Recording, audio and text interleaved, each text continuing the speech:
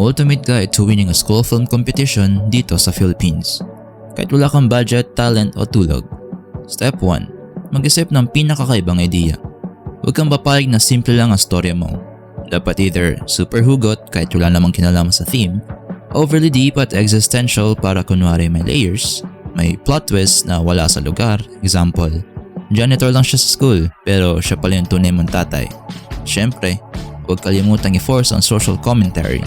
Kahit love story lang yan, dapat may biglang reflection on society para mukhang matalino.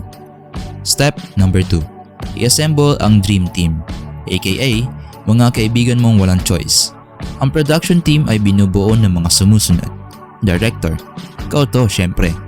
Mas okay kung palaging frustrated at mahilig sumigaw ng cut, ulitin natin kahit okay naman yung take.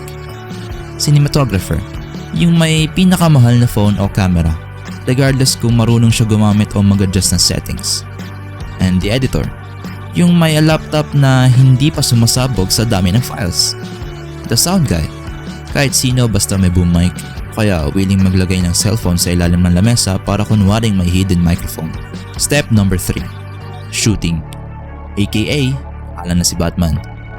Dahil 3 days lang binigay sa iyo para mag-shoot, expect the following. Location hunting habang nagsushoot na. Sa kanto, sa rooftop ng school, o sa bahay ng friend mong walang bantay. Acting na kasing stiff ng kahoy, pero okay lang yan, basta dramatic ang lighting. Walang permit? No problem. Guerrilla style shooting lang yan. Kung may dumating na guard, sabihin, panthesis lang po. Sunog na audio, either masyadong mahina or puro ingay ng tricycle at tahol ng aso. Step number 4. Editing, ang tunay na horror film. Pagkatapos ng pagod sa shoot, dito ka na may iwan mag-isa habang nag-edit hanggang 4 AM.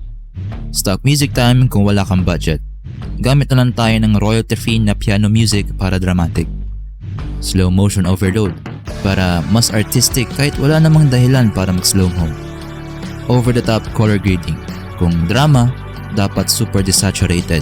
Kung action, lagyan ng teal at orange. Step number 5.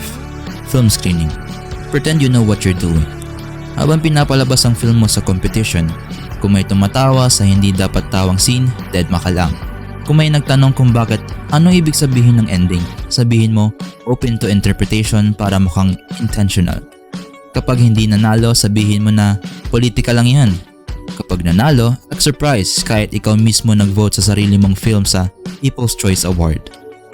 At ayun, tapos na ang paghihirap mo.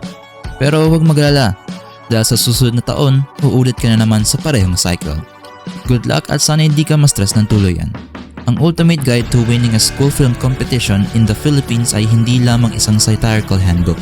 It is a revolutionary blueprint that exemplifies the very essence of ripples of change. Una, ipinapakita nito kung paano ang isang simpleng desisyon na sumali sa isang film competition ay nagkaroon ng domino effect sa buong school ecosystem. Isang estudyanteng walang malay na napasama lang bilang PA ay maaaring ma-inspire maging director balang araw. Pangalawa, ang satire mismo ay isang form of social commentary. Ang paglalantad sa struggles ng student filmmakers ay isang paraan ng pagpapaalala sa akademya na kailangan nilang bigyan halaga ang creativity at storytelling ng kabataan. Baka isang school admin ang makabasa nito at maisip, o nga no, dapat taasan natin ang budget para sa film org. At boom! Another ripple of change. At panghuli, ito ay isang paalala ng kahit gaano kagulo, kakulang sa budget at kasabog ang production process, ang paggawa ng pelikula ay may kapangyarihang magbago ng buhay. Kaya kahit natawa ka lang sa gabay na to, siguro sa susunod, ikaw naman ang gagawa ng pelikulang magpapatawa, magpapaiyak, o magpapaisip sa iba. Kung hindi ito ripple of change, ewan ko na lang.